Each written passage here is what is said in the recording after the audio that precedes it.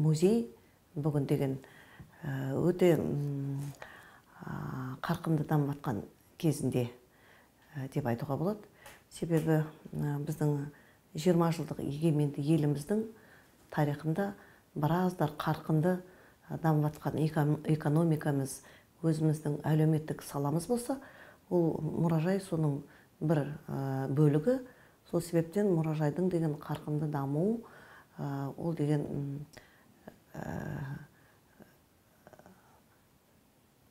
жалпы закономерно деп айтуға болады. Қазіргі біздің 200-ден астам Қазақстанда мұражайлар бар. Оның деген бүгін барлық жағдайлары шешілген деп айтуға болады. Себебі біздің мәдениет министрлігі, біз енді қалалық, облыстық музейлер өзінің жалпы жалақы мәселесін және тағы да барлық әлеуметтік салалар сұрақтарын арнайы бүкіл органдар, өзінің мемлекеттік органдар шешіп отырады. Біз енді ашық аспан астында жатқан мұражаймыз.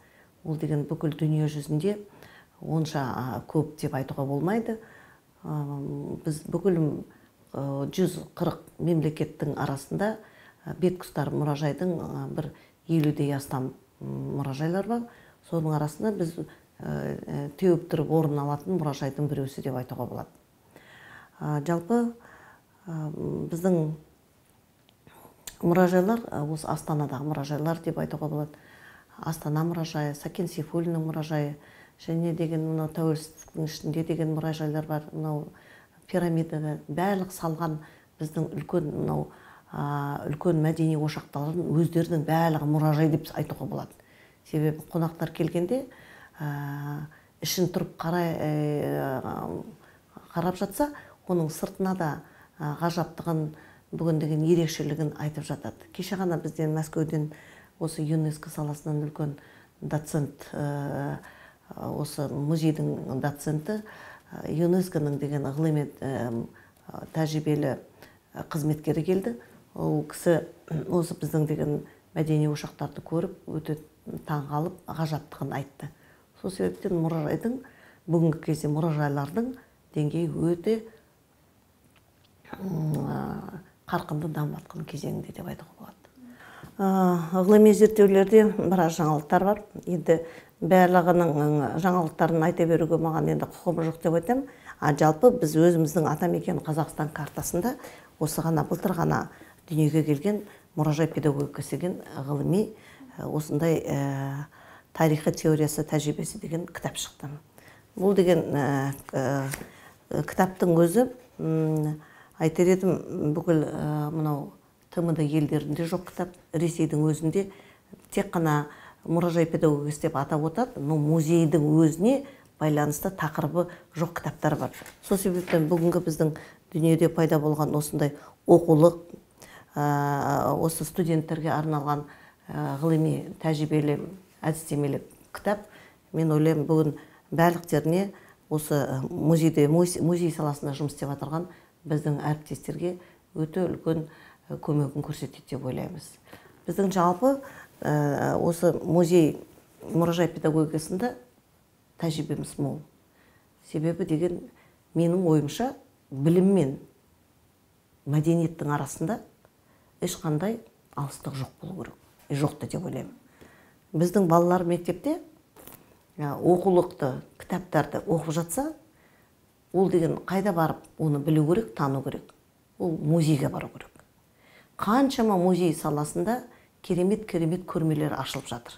Сол, мен айтам, вот Қожа Ахмет Яссауи Шымкентте. Ол деген Шымкентке барып көре жатпаса, бүгін осы атамекен Қазақстан картасынан келіп, осы макет түрінде жасалған осы 12-11 ғасырдағы үлкен ғимаратты осы атамекенде көруге болады. Жалпы бір Алматы облысының, жалпы бір облыстарды барлығын аралап шығу мүмкін емес. 1,5 сағаттың арасында бүкіл Қазақстанды алақанның алдына салғандай сондай сезімде болатын үлкен кешен Соған мен ойлаймын, бәліктері ғылыми салалар, студенттер және біздің оқушылар осы жалпы музеймен бір тұтас жұмыс істеу керек. Мен ойлаймын, оның деген нәтижесі жоғары болады деп. Да, шынымен де бір қуанышты жағдайда бәріміз болып жатырмыз. Мен емес, бүкіл музей саласында қызметкерлер, менің өзімнің әріптестерім, жалпы біздің Қазақстанда мұражайлардың басын құрып, бір қоғам құрылмапты осы күнге шейін. Сондықтан мен ойлаймын, осы 20 жылдың арасында бәріміз мол тәжірибе жинадық. Кәдімгідей бір-бірімізге айтатын өзімдеген жинақтарымыз бар. Соны деген аймастыру үшін, алмастыру үшін, бір-бірімізге паш ету үшін сондай бір үлкен қоғам құрдық. Ол қоғам деген біріншіден ассоциация болып құрылды. Қазір енді сол ассоциация одан деңгейі өсіп, бір үлкен ИКОМ, исполнительный комитет музейного сообщества деген бүкіл дүние жүзінде құрған сондай музей саласындағы қоғам бар. Сол қоғамды біз Қазақстанда құрып, бүкіл 205 музейдің бәрі емес, енді бірегейлері, үлкен облыстық мұражайлар, солар кіріп отыр. Оның деген тек қана мұражайлар емес, ғылыми орталықтар кіру мүмкін. Әл-Фараби атындағы университеттің өзінің музейі бар, бүкіл музей кірді. Оның кейін деген басқа өзі деген Қастеев музейдің музей кірмесе де директордың өзі соғыса бізге мүше болып кіріп отыр. Сол себептен бұның деген өзінің мақсаты өте мол, үлкен деп айтуға болады. Сол себептен бәріміз сол басымыз қосып, мынау ЮНЕСКО штаб-квартира Францияда соған деген біз деген соған мүше болып кірдік.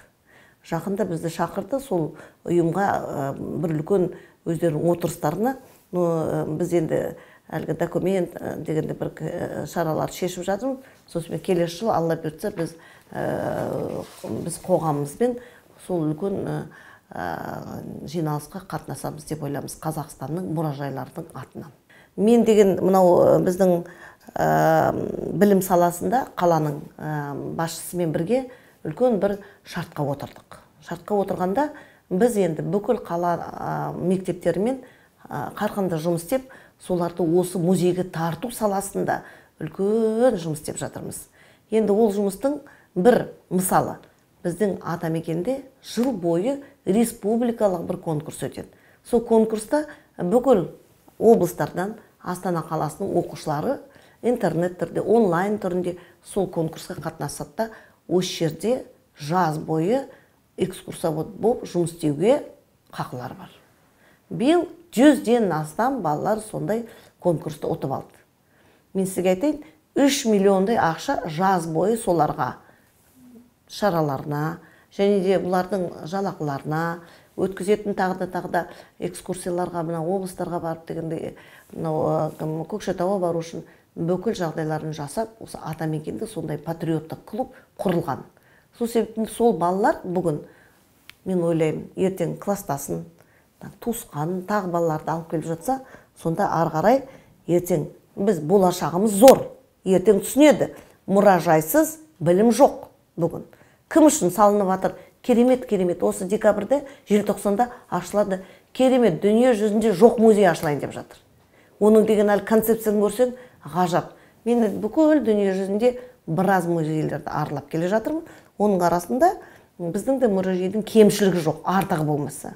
Біздің Атамекен парк, голландский парк, австралийский парк, французский парк, олардың көлемінде кішкентай осы ашық аспан астында былай жатқан макеттер. Біздің ерекшелігіміз, біздің тау мен суды да, және де біздің деген тағы экономикасында көрсететін аумақтарды мүмкіншілік бар. Каспийді көруге болады. Және деген біздің деген хан тәңірін көруге болады осы жерде. Оның деген 6999 деген метр деген биіктігін көрсетуге болады осы жерде. Және де біздің мынау Қостанай жерін, әлгі деген Бозжыра, Маңғыстаудың керемет 362 әулиелердің жатқан жерін тау ретінде, макет ретінде кіріп ішіне көруге болады. Жалпы енді неше түрлі музейлер бар ғой. Біздің музейдің ерекшелігі біздің география көрсетілген. Және де флора, фауна тағы да көрсетіліп осында жатыр. Мен ойлаймын, арғада оның тағы дамуы болады деп.